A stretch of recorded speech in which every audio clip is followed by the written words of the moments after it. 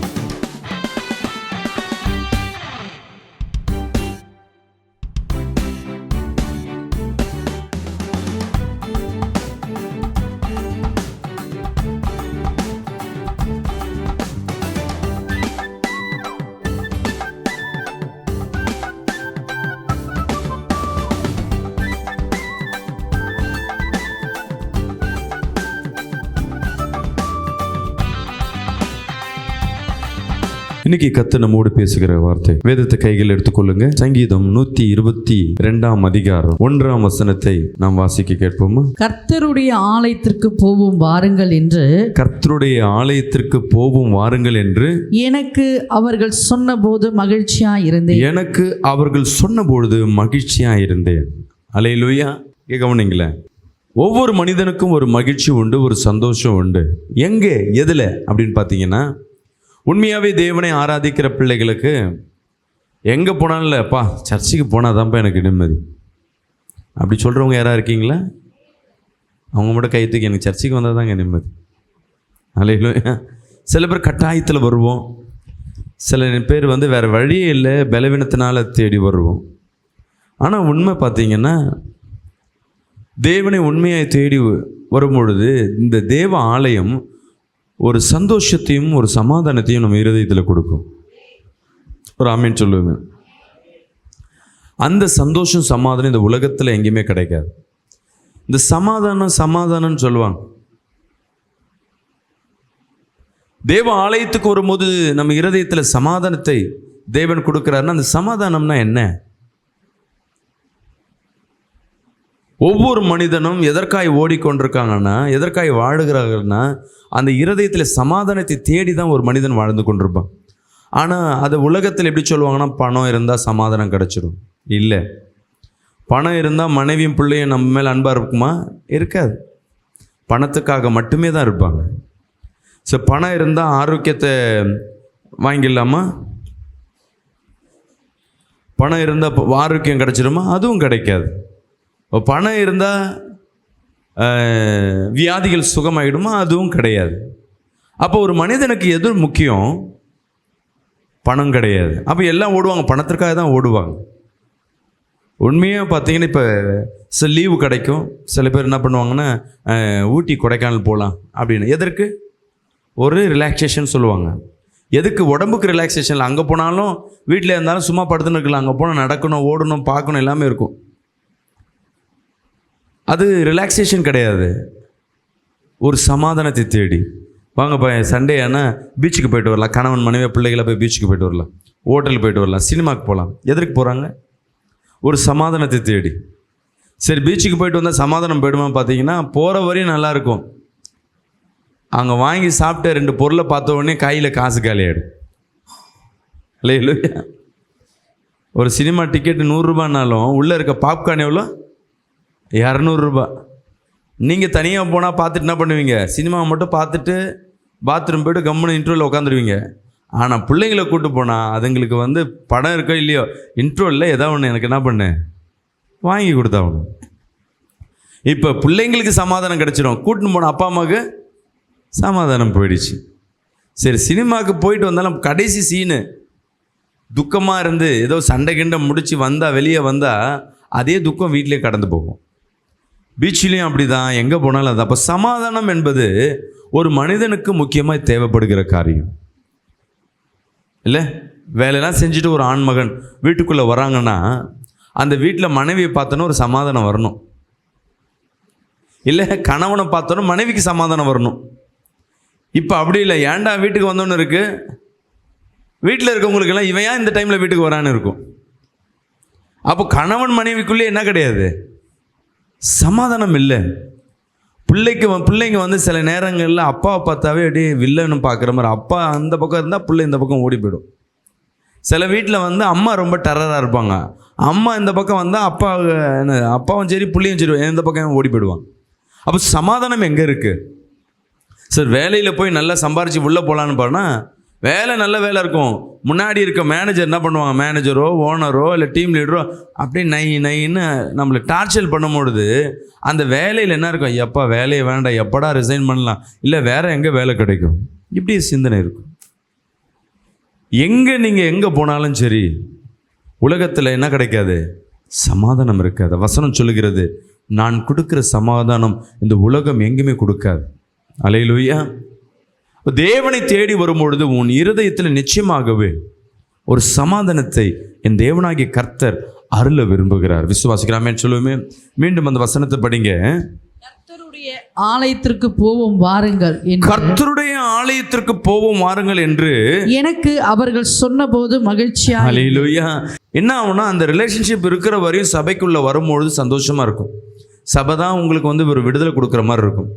நீங்கள் 3 பேரோ இல்லை 4 பேரோ ஒரு 5 பேரோ கூட்டணியாக இருக்கீங்கன்னு வச்சுங்களேன், ஒரு நண்பரோ இல்லை ஒருத்தரோ, அவங்களோட உங்கள் நட்பு முறிந்து போய் இல்லை ஒரு கசப்பு ஒரு சண்டை வந்துடுச்சுன்னா அந்த வாரம் நீங்கள் சபைக்குள்ளே வந்தால் சந்தோஷம் இருக்கும்னு நினைக்கிறீங்க? சந்தோஷம் போயிடும். அப்போ சந்தோஷம் என்பது எங்கேருந்து கிடைக்கும்? தேவ ஆலயத்துக்கு போவது தேவனை மட்டுமே காண்பதற்கு. விசுவாசிக்கிறாமே சொல்லுவோமே. அல்லேலூயா. சில ஊழியக்காரர்களை தேடி போவாங்க விசுவாசிகள். அன்றைக்கி போகும்போது அந்த ஊழியக்காரன் அன்றைக்கி சபைகள் இல்லைன்னா அவங்களுக்கு என்ன மெசேஜ் என்ன ப்ரேயர் வந்தாலும் இருதயத்தில் என்ன இருக்காது? சமாதானம் இருக்க, திருப்தி இருக்காது. ஏன்னா எங்கள் ஐயா அங்கே இல்லை, நான் தேடி வந்த ஐயா இல்லை. ஆனால் தேவன் அந்த இன்னொருத்தர் உடன் ஊழியக்காரோ இல்லை இன்னொருத்தர் மூலமாகவோ தேவன் பேசியிருப்பார், தேவன் விடுதலை கொடுத்துருப்பார். ஆனால் நம்ம என்ன பண்ண இருக்க மாட்டோம், நம்ம இருதயம் ஏற்றுக்கொள்ளாது. எங்கே ஐயா இல்லை, எங்கே போதகர் இல்லை, நான் வந்த எதிர்பார்த்த அந்த விசேஷமான போதகர் இல்லை, இவங்கெல்லாம் என்ன விடுதலை கொடுக்க முடியும்? போதகரை வைத்து தேவன் ஊழியம் செய்யலை. அல்லேலூயா. தேவன் வெறும் தொடப்பத்தை வைத்து கூட என்ன பண்ண முடியும்? இந்த இடத்த க்ளீன் பண்ண முடியும். சாதா கல்லை வச்சு கூட தேவன் என்ன பண்ண முடியும்? பைத்தியக்காரனை வைத்து கூட தேவன் மற்றவர்களை தெளிவுபடுத்த முடியும். விசுவாசிக்கிறாமேன்னு சொல்லுவேன். இப்போ தேவ ஆலயத்துக்கு வருவது அது மகிழ்ச்சியை உண்டு பண்ணும். விசுவாசிக்கிறாமேன்னு சொல்லுங்க. நீங்கள் ஆலயத்துக்கு வருவது துக்க முகத்தோடு நீ உள்ளே வந்தீங்கன்னா இங்கேருந்து கடந்து போகும்பொழுது மகிழ்ச்சியோடு தான் கடந்து போக முடியும். அல்லேலூயா. பிரச்சனைகள் சூழ்நிலைகள் அநேக இருக்கலாம். சில சூழ்நிலைகளில் என்ன தான் வாழ்க்கை ஓடுதுன்னே தெரியாது, என்ன தான் நடக்க போகுதுன்னு தெரியாது.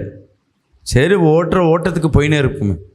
சில குடும்பத்தில் வீட்டுக்குள்ளே போனாவே எப்படி இருக்குன்னா ஆளுக்கு ஒரு மூலையில் உட்காந்துன்னு இருப்பாங்க.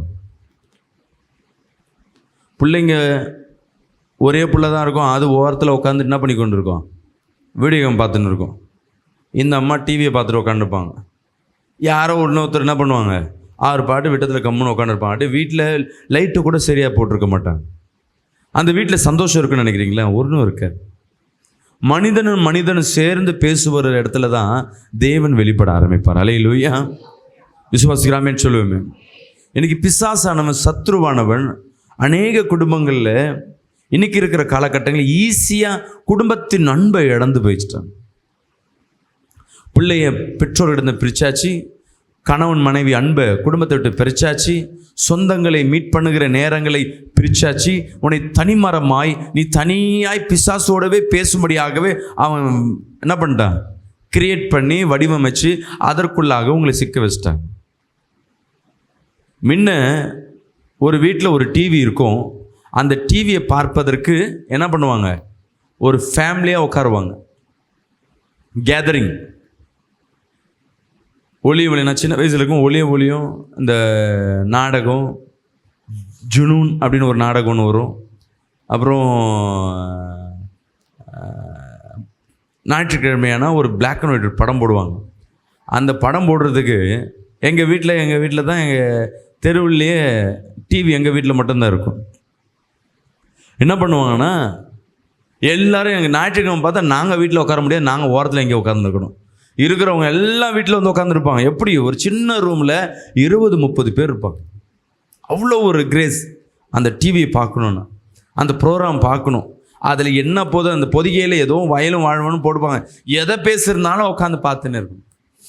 அப்போ ஒரு கும்பலாவது உட்காந்து என்ன பண்ணோம், ஒருத்தர் பேசாமல் எங்கேயோ கவனித்து கொண்டிருந்தோம்.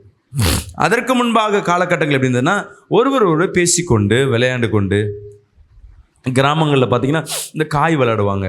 சிறு பிள்ளைங்க அந்த 8 புள்ளி கோலமோ அந்த காய் நொண்டி விளையாடுவாங்க, அந்த 8 போட்டு நொண்டி விளையாடுவாங்க, ஷிப்பிங் ஏர் விளையாடுவாங்க. இதெல்லாம் எக்ஸசைஸ் சம்மந்தப்பட்டது, உடம்புக்கும் நல்லது.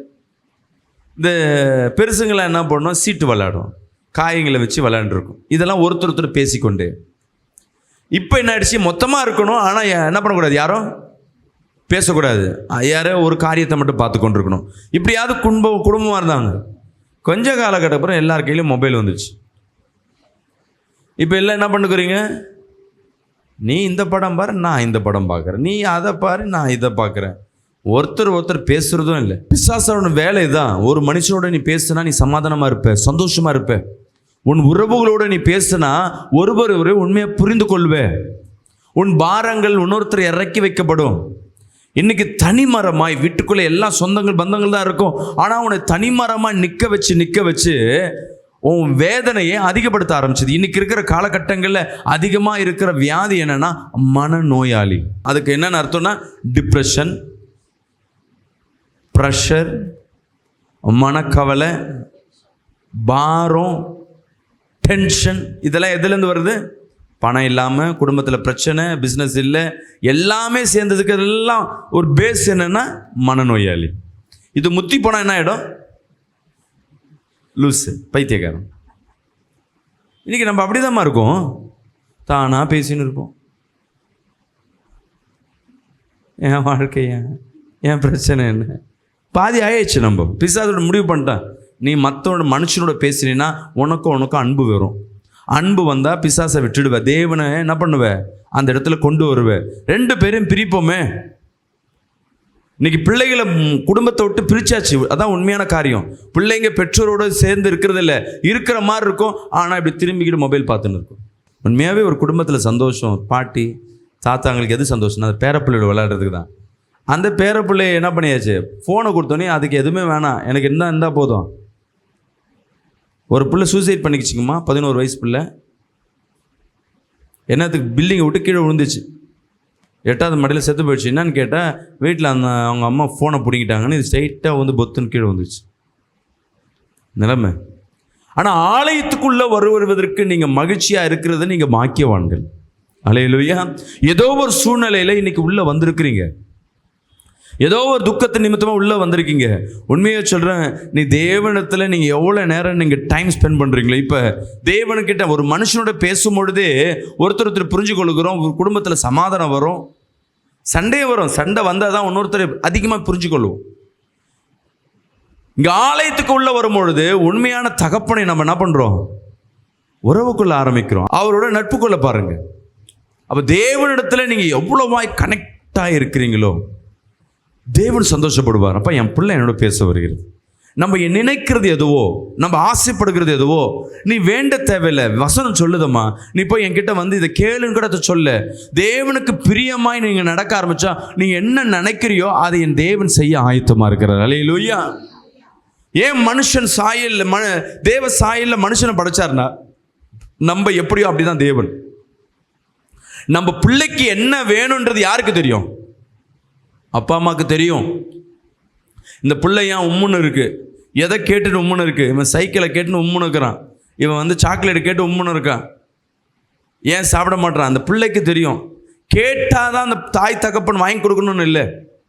உண்மையாகவே நீ தேவனை நேசித்து தேவனுக்காய் நீ நேரத்தை செலவிடுகிற என்றா உன் நினைவுகளை என் தேவன் ஜெயமாய் மாற்றுவார். அல்லேலூயா.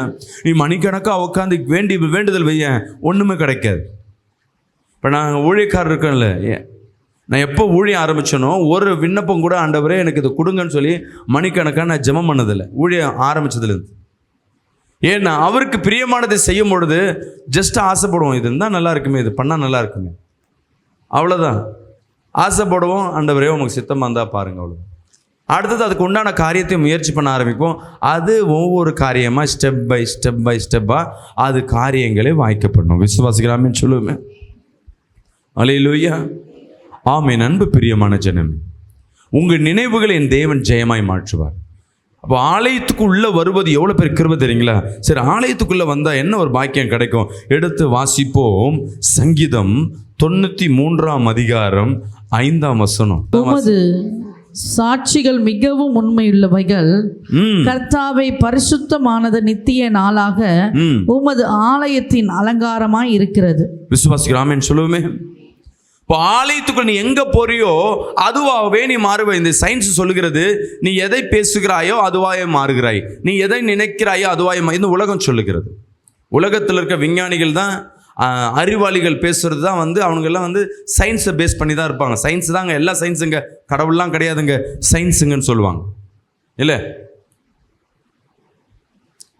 இந்த சயின்ஸை கண்டுபிடிச்சவனுக்கு சயின்ஸுக்கு தெரியல.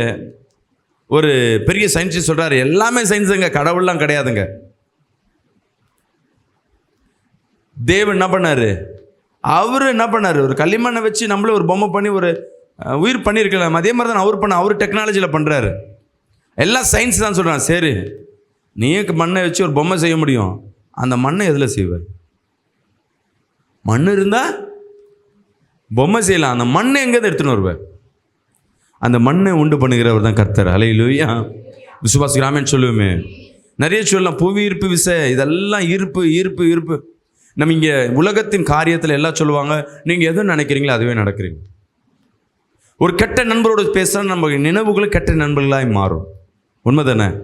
ஒரு ஊழியத்துக்குள்ளே வரீங்க, சபைக்குள்ளே உள்ள வரும்பொழுது இங்கே பரிசுத்தமான இடம். விசுவாசிக்கிறாமேன்னு சொல்லுவோமே. வசனம் சொல்லுகிறது, மீண்டும் சொல்லுங்க. உமது சாட்சிகள் மிகவும் உண்மை உள்ளவைகள், கர்த்தாவே பரிசுத்தமான நித்திய நாளாக உமது ஆலயத்தின் அலங்காரமாய் இருக்கிறது. அப்போ தேவ ஆலயம் ஒரு பரிசுத்தமான இடம். நீங்கள் பரிசுத்த ஸ்தலத்துக்கு நீங்கள் உள்ளே வரும்பொழுது நீங்களும் இந்த பரிசுத்தமாகவே மாறப்படுகிறீர்கள். அல்லேலூயா. நீ அழுக்கோடு பாவத்தோடு துன்பத்தோடு உள்ள என்ட்ராகும்போது சொல்லுவாங்க, பாரத்தெல்லாம் கத்தடத்தில் போய். இப்போ பாரம் அழுக்கு எல்லாம் சேர்த்து பாவம் எல்லாம் பாரமாக வச்சுன்னு இருக்கு. ஒரு மனிதனுக்கு பாவமும் பாரம்தான் இல்லை, பணசுமையும் பாரம்தான், குடும்ப சுமையும் பாரம்தான், வியாதியும் பாரம்தான். கத்தடத்தில் உன் பாரத்தை வைத்து விடுனா உன் பாரம் அங்கே போயிடுச்சு. அப்போ நீ என்னவா மாறிட்ட? சுத்திகரிக்கப்பட்ட பிள்ளையா மாறிட்ட. இது சுத்திகரிக்கப்பட்ட இடம். அல்லேலூயா. இந்த இடத்துக்கு நீ உள்ள வரும்பொழுது நீ எவ்வளவு பாவியா இருந்தாலும் உள்ள காலை வைக்கும் பொழுது இந்த பரிசுத்த ஸ்தலம் உன்னை பரிசுத்தமாய் மாற்றுகிறது. அல்லேலூயா. நீ என்னதான் பாவம் பண்ணமா, நான் பாவத்தோடு தான் இருப்பேன், நீ முரண்பாட்டுக்கிட்டு நீ சபைக்குள்ள காலை வைக்க உன்னை அறியாமையே உன் பாவத்தை விட்டு நீ வெளியேறுவ. விசுவாசிக்கிறாமேன்னு சொல்லுவேமே. சில பேர் மனம் திரும்புவாங்க, சில ஆத்மா மனம் திரும்பாது, உள்ள வந்தும் பாவம் செய்து கொண்டே இருக்கும். ஆனால் அந்த ஆத்மாவை இங்கேருந்து வெளியே விட்டா எப்படி இருக்கும் தெரியுங்களா? ஆனால் தேவன் சொல்லுகிற காரியம் என்னன்னா, இது பரிசுத்த ஸ்தலம். நீ பாவியாக உள்ள வந்தாலும் நீ மனம் திரும்ப விருப்பமாக இல்லைன்னா கூட இது உன்னை சுத்திகரிக்கப்படும். விசுவாசிக்கிறாமேன்னு சொல்லுவேன். அல்லேலூயா. விசுவாசிக்கிறாமேன்னு சொல்லுவேமே. நீ இந்த வாஷிங் மிஷினில் பவுடர்லாம் போட்டு துணியை தூக்கி நம்ம போட்டாலும் சரி, அதுவே துணியில் உள்ளே விழுந்தாலும் சரி, என்ன ஆகும்? அது க்ளீன் ஆகி தான் வரும். நான் உள்ளே போயிட்டு சட்டை உள்ளே போயிட்டு நான் க்ளீன் ஆக மாட்டேன் உள்ளே வந்துட்டு ஒன்று நீ உள்ளே வராமல் இருக்கணும். சபைக்கே சுத்தமாக அந்த சகோதரி வராமையோ அந்த சகோதரன் வராமல் போயிட்டான்னா அவன் வாழ்க்கை இன்னும் மோசமாக போய் அந்த வாழ்க்கை சீரழிஞ்சு போகும். சபைக்குள்ளே காலை வைக்கமா நம்ம நினைப்போம், சபைக்குள்ளே வர ஆத்மாவே இப்படி இருக்கே. நீங்கள் ஒரு சகோதரியோ சகோதரனையோ பார்த்துருவீங்க, இவ்வளோ பாவம் செய்கிறாங்க சபைக்கு வராங்க, இவ்வளோ பாவம் செய்கிறாங்க சபைக்கு வராங்க. இந்த சபை என்பது வெறும் நீதிமான்களுக்கு மட்டுமல்ல. அல்லேலூயா. தேவனுடைய வார்த்தை பாவம் செய்கிற திக்கற்றவர்கள், விதவைகள், பேதைகளுக்கும் பாவிகளை ரட்சிக்கவதான் என் தேவனாகிய கர்த்தர் வந்திருக்கிறார். அல்லேலூயா. உள்ள வர வர ஒரு வார்த்தைகள் பேச பேச அவங்க 100 பாவம் செய்கிறாங்கன்னா அதில் 10 பாவங்கள் செய்ய மறப்பார்கள். சரியாதபடி சூழ்நிலைகள் ஏற்பட ஆரம்பிக்கும். நான் சொல்றது புரியும் நினைக்கிறேன். நீங்கள் உள்ள ஒரு பிள்ளைய பாவம் செய்தால், உன் கணவன் பாவம் செய்கிறேன்னா உள்ளே இட்டு வந்து சும்மா உட்காருவீங்க.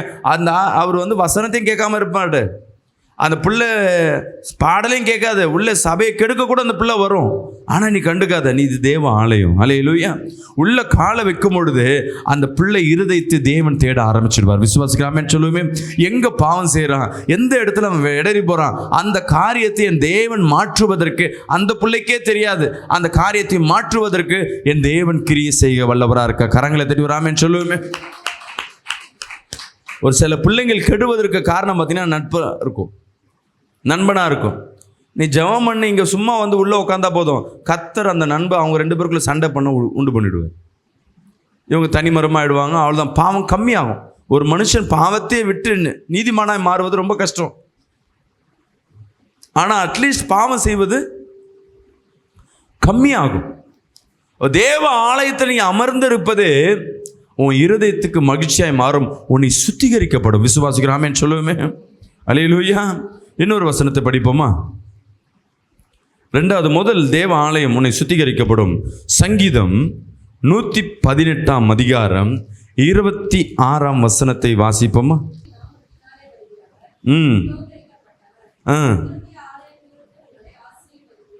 அல்லேலூயா. கர்த்தருடைய நாமத்தினால் வருகிறவர் ஸ்தோத்தரிக்க விசுவாசிக்கிறாமேன்னு சொல்லுவோமே. அப்போ இந்த கர்த்தருடைய ஆலயம் என்பது உன்னை சபிக்க அல்ல, உங்களை ஆசீர்வதிக்கப்படுகிற இடம். விசுவாசிக்கிறாமேன்னு சொல்லுவோமே. சொல்லுங்களேன், நான் ஆசீர்வதிக்கப்படுகிற இடம். கை நெஞ்சில் சொல்லுங்க, நான் முதலாவது பரிசுத்தமாக்கப்படுகிறேன், 2வது ஆசீர்வதிக்கப்படுகிறேன். தேவன் எப்படி ஆசீர்வதிப்பார்னா முதல்ல உன்னை க்ளீன் பண்ணி தான் உன்னை சுத்திகரிப்பார். அல்லேலூயா. இப்போ நான் அழுக்கு வெளியே போயிட்டு கீழே உழுந்து என்ன பண்ணுறேன், இல்லை குளிக்காமல் கொள்ளாமல் ரொம்ப அழுக்காக வரேன். ஆனால் வீட்டுக்குள்ளே என்ன இருக்குது? புது ட்ரெஸ்ஸு எல்லாம் இருக்குது, வெள்ளை ட்ரெஸ் இருக்குது. பாஸ்டம்மா என்ன பண்ணுவாங்க? முதல்ல எடுத்து புது ட்ரெஸ்ஸை போட, அழுக்கு ட்ரெஸ்ஸை மாற்றுன்னு சொல்லுவாங்களா? என்ன பண்ணுவாங்க? போய் குளிச்சுட்டு வாங்க. இல்லைம்மா நான் போட்டுக்கிறேன், முதல் போய் குளிச்சுட்டு என்ன பண்ணுங்க, க்ளீன் ஆவாங்க. அதுக்கப்புறம் புது ட்ரெஸ், அப்போ தான் இந்த ட்ரெஸ்ஸு போடுறதுக்கு அர்த்தம் இருக்கும். இந்த கெட்டகுமாரன் என்ற இந்த ஸ்டோரி ஏசப்பா சொன்ன எல்லாருக்கும் தெரியும். ஒரு 2 அண்ணன் தம்பி இருப்பாங்க. அதில் தம்பிக்காரன் என்ன பண்ணுவான், தன் சொத்தையெல்லாம் தன் தகப்பன இடத்துல பிடுங்கிட்டு போயிட்டு அவன் சகோதரோடு போயிட்டு எல்லா சொத்தை காலி பண்ணிவிட்டு பண்ணிக்கு போடுற சாப்பாடு கூட இவனுக்கு கிடைக்காதனால அழுக்கும் ட்ரெஸ்ஸு கிழிஞ்சுமாய் ஒரு பிச்சைக்காரன் கோலத்தில் அந்த ஊருக்கு வரும்பொழுது அவங்க தகப்பனை அவர் சுத்திகரித்து புதிய ஆடையை உடுத்த ஆயத்தமாக இருக்கிறார். அல்லேலூயா. இன்னைக்கு சபைக்குள்ளே உள்ள வர நான் முதலாவது நீங்கள் சுத்திகரிக்கப்படுறீங்க, அதற்கு நீங்கள் மகிழ்ச்சியாக இருக்கணும். செகண்டு, உன்னை ஆசீர்வதிக்கிறவர். அல்லேலூயா. இங்கே ஒரே ஒரு கேள்வி கேட்குறேன், இதுக்கு நீங்கள் மைண்டில் ஆணித்தனமாக வச்சுடுங்க. யாராவது உங்கள் குடும்பத்தில் யாராவது ஒருத்தர் உங்களை ஆசீர்வதிக்கிறாங்களா? நீ நல்லா இருப்ப.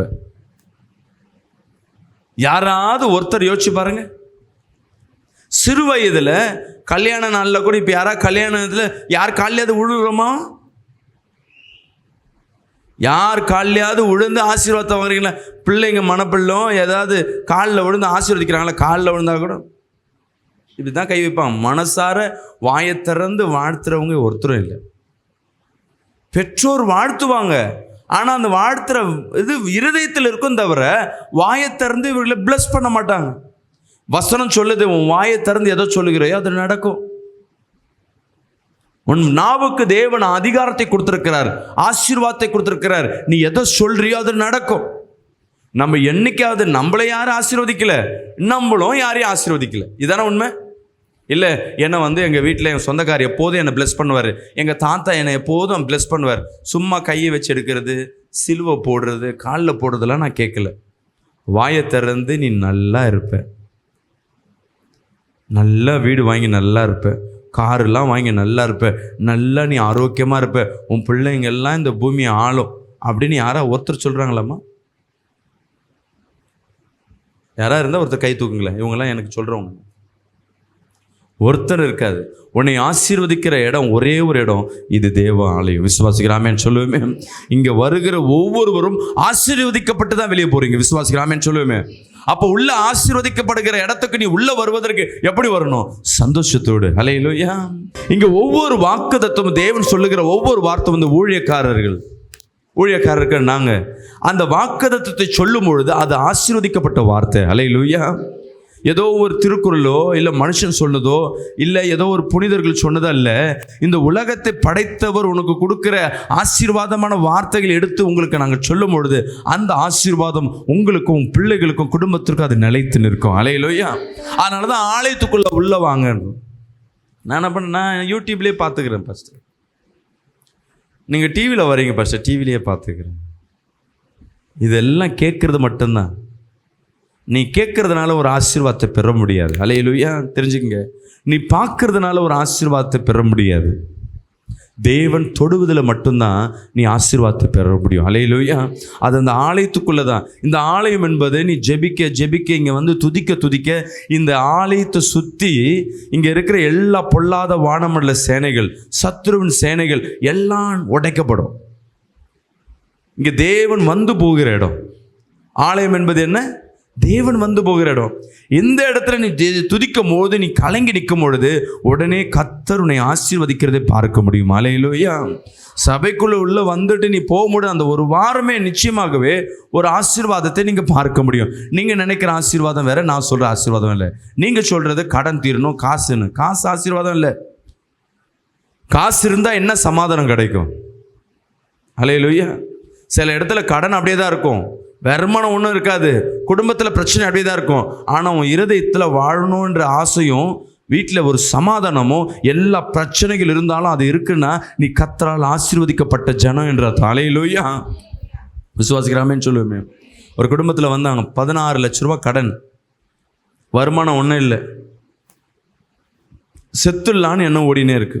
அந்த சீட்டு போட்டு ஏமாத்திட்டு ஓடிட்டாங்க. அதற்கு கடன் வாங்கி கொடுத்து ஒரு பெரிய சிக்கலில் மாற்றி 4 பேர்கிட்ட பெரிய அவமானத்தோடு அசிங்கப்படுத்துகிறாங்க. வாழவே விருப்பம் இல்லை, வேலை செய்ய முடியல, அப்படியே பாரமாக இருந்து கொண்டே இருக்கு. எந்த வேலையும் செய்ய முடியல, அப்படியே பாரமாக இருக்கு. என்னால் என்ன பண்ணுறது? இப்படி தேடி தான் சபைக்கு ஒரு நாள் இதே செவ்வாய்க்கிழமை ப்ரேயருக்கு ஒரு 3 வருஷத்துக்கு ஒரு குடும்பம் தான். ஃபஸ்ட்டு செத்துடலான்னு இருக்கேன். ஃபஸ்ட்டு நான் ஜெபம் பண்ணுறேன், அவங்களுக்கு எதுவுமே தெரியல, பாரம், அவ்வளோ பெரிய பாரம். யாரும் சொல்லிட்டு வந்தாங்கன்னு நான் சொன்னேன், அம்மா ஜெபம் பண்ண உடனே 15 லட்ச ரூபா கடன் எப்படி கர்த்தர் கொடுப்பாரு நினைக்கிறேன்? நாங்கள் 2-3 இடத்துல கேட்டிருக்கோம் பாஸ்டர், அவங்களாம் கொடுத்தா ஒரு சந்தோஷமாக இருக்கும். நீ கேட்ட இடமும் கடன் தானே, உன் பணம் இல்லைல்ல? ஆமாம். ஜெபம் பண்ணு, கர்த்தர் ஒரு வழி செய்வார். அப்போ நாளைக்கு என் கழுத்தை பிடிக்கிற மாதிரி இருக்குது பாஸ்டர், நாளைக்கு அசிங்கப்படுற சூழ்நிலை, போங்க. இப்போ வாழை பிடிக்காம தானே வந்திருக்கீங்க, செத்துலான்னு சொல்லி தானே வந்திருக்கீங்க, சூழ்நிலை எல்லாம் உன்னை சாவடிக்கிற மாதிரி தானே இருக்கு. இன்னைக்கு ஆலயத்துக்குள்ளே காலை வச்சிருக்கீங்க, தேவ ஆசீர்வதித்திருக்காரு உங்களை, தேவ ஆசீர்வாதம் உங்கள் மேலே பட்டிருக்கு, போங்க, அடுத்த வாரம் சொல்லுங்க அப்படின்னு போனோடனே அதுக்கு அடுத்த வாரம் அந்த குடும்பம் சொன்ன ஒரு காரியம், அதே கடன், அதே பிரச்சனை. ஆனால் ஆலயத்துக்குள்ளே வந்துட்டு பிறகு இந்த கடனை என்னால் சமாளிக்க முடியும், என்னால் வாழ முடியுன்ற நம்பிக்கை எப்படி வந்ததுன்னே தெரியல. ஏதோ ஒரு சந்தோஷம் என் இருதயத்தில் ஓடிக்கொண்டே இருக்கு. ஹல்லேலூயா. 15 வருஷமா இந்த சந்தோஷத்தை இழந்து போயிருந்தேன். சிறு வயதில் இருந்த சந்தோஷம் இன்னைக்கு ஏதோ கஷ்டம்னு இப்படியே இருந்ததில் பாரமாக இருந்தது. இப்போ சபையில் வந்தோன்னே இது ஒரு பிசாசா பாஸ்டர் அப்படின்னு இருக்கலாம் பிரதர். இன்னைக்கு ஆலயத்துக்குள்ள கர்த்தர் உன்னை சுத்திகரித்திருக்கிறார், உன்னை ஆசீர்வதிச்சிருக்கார். ஆசீர்வதிச்சுன்னா அந்த பாரம் உன்னை விட்டு என்ன ஆயிடுச்சு? நீங்கிடுச்சு. இப்போ பிரச்சனை இருக்கா? இருக்கு. சூழ்நிலை அதே நெருக்கம் தான். ஆனால் நீ உயிரோடு தான் இருக்க. விசுவாசிக்கலாமேன்னு சொல்லுமே. ஒரே ஒரு நம்பிக்கை இருக்கட்டும், நான் ஜீவனோடு தான் இருக்கிறேன், என்னால் எதையும் செய்ய முடியும். சொல்லுங்க பார்க்கலாம். ஹல்லேலூயா. 3வது ஒரு வசனத்தை படிப்போமா? சங்கீதம் 36ஆம் அதிகாரம் 8ஆம் வசனம். உமது ஆலயத்தில் உள்ள சம்பூர்ணத்தினால் திருப்தி அடைவார்கள். ஹல்லேலூயா. ஆலயத்துக்குள்ள சம்பூர்ணத்தினால் திருப்தி அடைவார்கள். தெரிஞ்சுக்கங்க, யார் யார் எந்தெந்த குடும்பம் ஆலயத்திற்கு ஞாயிற்றுக்கிழமை ஓய்வு நாள் கர்த்தருக்கென்று கொடுக்குறீங்களோ, தெரிஞ்சுங்க, நம்ம என்ன பண்ணுவோம்னா, மற்ற நாள் ஞாயிற்றுக்கிழமை முக்கியமான வேலை செஞ்சுட்டு மீதி இருக்கிற நேரத்தில் ஆலயத்தில் வந்து உட்காந்துருப்போம். இது தேவன் பிரியப்படுகிறவர் அல்ல. ஓய்வு நாள் கிடைக்குதா, அது தேவன நாள். அது தேவனுக்கென்று கொடுக்கும் பொழுது தேவன் சொல்லுகிறார், யார் யாரெல்லாம் அவரை தேடி வரார்களோ அவர்களுக்கு சம்பூர்ணத்தை கொடுக்க வல்லவராக இருக்கிறார். அல்லேலூயா. ஆமாம், நம்மளே கஷ்டப்படுறோமா? நம்ம வீட்டுக்கு வந்தவங்களை சாட விடாமல் அனுப்புகிறோமாம்மா? சொந்தக்காரங்க வராங்க, வீட்டில் வந்து தங்குறாங்க, உன் வீட்டிலே கஷ்டம் இருக்கும். உன் பிள்ளைக்கு ஒரு சிக்கன் மட்டன் வாங்கி போயிருக்க மாட்டேன். நான் சொந்தக்காரன் வந்த பிறகு வேறு வழி இல்லாமல் எதை நம்ம வந்தவங்களுக்கு என்ன பண்ணுவோம், நல்லா கவனிக்கணும்படி இருக்கிறத கடன் வாங்கி பண்ணுவோம். பாவம் செய்கிற நம்மளே நம்மளை நம்பி வந்தவங்களுக்கு கிருபை செய்யும் பொழுது, அவங்களுக்கு நன்மை செய்யும் பொழுது, பரிசுத்தமாக இருக்கிற இந்த உலகத்தை படைத்தவர், அனைத்தையும் உடையவர், அவரை நம்பி நீ ஆலயத்துக்குள்ள உள்ள வரனா ஒரு காரியம் இல்லை. ஆலயத்துக்குள் உள்ள வந்தனா சம்பூர்ணமான உடையவர் உள்ள இருக்கும் பொழுது, உன்னை இங்கேருந்து கடந்து போகும் பொழுது சம்பூர்ண ஆசீர்வாதத்தோடு தான் கடந்து செல்வார். அல்லேலூயா. விசுவாசிக்கலாமேன்னு சொல்லுவோமே. இயேசுவை தேடி வராங்க. என்ன வர்றாங்க? அவர் செய்தி ஏதாவது கொடுப்பாரான்னு சொல்லி மலையில் போய் உட்காந்துட்டாங்க. ஏசப்பாட சீஷர் சொல்கிறாங்க, நேரமாயிடுச்சு, எல்லாம் பசியாக இருக்காங்க அப்படின்னு. சரி, என்ன இருக்குது பாரு அப்படின்றாரு. அங்கெல்லாம் ஹோட்டலில் இருக்கும், ஒன்றுமே இல்லை, எல்லாம் ஒரே ஒரு பையன்கிட்ட தான் என்ன இருக்குது, 2 மீன் 5 அப்பம். மீதி பேர்ட்ட வச்சுருந்துருப்பாங்க, யாரும் காட்டியிருக்க மாட்டாங்க, தனியாக உட்காந்து சாப்பிட்டுருப்பான். அந்த பிள்ளை பாவம் ஏமாலி என்கிட்ட இது இருக்குன்னு காட்டிடுச்சு. ஏசப்பா அதை கொண்டு வர சொல்கிறார். அந்த பிள்ளையும் கொடுத்தது. தேவன் அதை ஆசீர்வதிக்கிறார். வந்தவங்களுக்கு ஆகாரம் கிடைக்கணும் வரல, வார்த்தை கிடைச்சா போதுன்னு, ஒரு விடுதலை கிடைச்சா போதுன்னு வர்றாங்க. தேவன் படைக்கிறார், வார்த்தையும் கொடுத்து விடுதலையும் கொடுத்து ஆகாரத்தையும் கொடுத்து திருப்தி ஆக்கி வழி நடத்தினார். அல்லேலூயா. ஆமாவா இல்லையா? தேவனை நம்பி வரவர்களை சும்மா அனுப்ப மாட்டார். கூட ஊழியம் செய்கிற சீஷர்களை சும்மா விட்டாரா? விசுவாசியை காட்டிலும் தெரிஞ்சுக்கிங்க, ஊழியம் செய்கிறவர்களுக்கு விசேஷமான ஆசீர்வாதம் உண்டு. மற்றவங்களுக்கெல்லாம் இருக்கிறத பரிமாறினாங்க, சீஷர்களோ மீதம் எடுக்க செய்தார்கள். அல்லேலூயா. விசுவாசிக்கலாமேன்னு சொல்லுவோமே. ஊழியம் என்பது சும்மா கிடையாமா. உண்மையாக நீ ஊழியம் செய்யணும். நிறைய பேர் நினச்சிக்கிறாங்க ஊழியம் என்பது நான் ஸ்ட்ரைட்டாக பாட்டு பாடணும், ஸ்ட்ரைட்டாக நான் ப்ரீச்சராக மாறிடணும், எல்லாரும் எனக்கு சேவை செய்யணும். இல்லை, ஊழியம் என்பது நம்ம மற்றவங்களுக்கு சேவை செய்யணும். இந்த சபையில் ஒரு பாய் எடுத்து ஓரமாக வைக்கிறீங்கல்ல, இதெல்லாம் ஒரு ஊழியம். சின்ன ஒரு காரியம் சபையில் நீ எடுத்து செய்கிறது தேவனுக்கு. நீ இங்கே செய்யலை, தேவனுக்கு பணிவிட செய்கிற. அல்லேலூயா. நீ இருக்கிற இடத்த சுத்தப்படுத்துறனா அது தேவனுக்கு செய்கிற ஊழியம். உலகத்தில் இருக்கிறவங்க ஊழியம் கொஞ்சம் வேலை செஞ்சாவே உனக்கு கூலி கொடுக்குறான், தேவன் எப்படி கொடுப்பாரு? இப்போ சபைக்குள்ளே உள்ள வரனா உன்னை திருப்தியாக்கி தான் நடத்துவார். அல்லேலூயா. அல்லேலூயா. உண்மையாகவே தேவன் ஊழியம் செய்கிற குடும்பம். நம்ம நினைப்போம் ஊழியக்காரர்கள்னு. இல்லை, இதெல்லாம் எப்போனா நம்ம நினைப்போம் இன்றைக்கி வந்தோன்னே, இன்றைக்கி இது ஃபாஸ்ட் ஃபுட்டு கிடையாது, இது ஹோட்டல் சாப்பாடு கிடையாது, எல்லாம் ப்ரிப்பேர் பண்ணி உனக்காக வைக்கிறது. நீ உள்ளே வந்தால் தான் உனக்காக அவர் சமைச்சு கொடுப்பார். அல்லேலூயா. உனக்கு என்ன பிடிக்கும், இதோ பிடிக்குமா, ஓகே வெயிட் பண்ணு, உடனே சாப்பாடு கிடையாது, உனக்காக இப்போ விதைப்பார், விதைச்சி அறுவடை பண்ணி அதுலேருந்து எடுத்து தான் உனக்கு கொடுப்பார். அல்லேலூயா. இன்னொருத்தருக்கு விதைச்சதை உனக்கு விதைக்க என்ன பண்ணுறாரு, அறுவடை செய்ய மாட்டார். நீ கேட்டேன்னா கொஞ்ச நாள் காத்திருக்கணும், ஏன்னா உனக்கா விதைச்சிருக்கு. நீ கேட்டிருக்கல சாப்பாடு, அது என்ன பண்ணியிருக்காங்க, நெல் மூட்டை என்ன பண்ணியிருக்காரு, அவர் விதைச்சிருக்கிறார். வளரணும், அறுவடை செய்யணும். விசுவாசிக்கலாமேன்னு சொல்லுவோமே. நீ மாம்பழம் கேட்டிருக்க, இப்போ தான் கண்ணை வச்சிருக்கிறாரு, அது முளைச்சி மரமாயி அதுக்கப்புறம் என்ன ஆகிடும், நீ அர்ஜென்ட்டு நீ 3 மாதத்தில் வரணும்னா அது சீக்கிரத்தில் கெட்டு போயிடும்.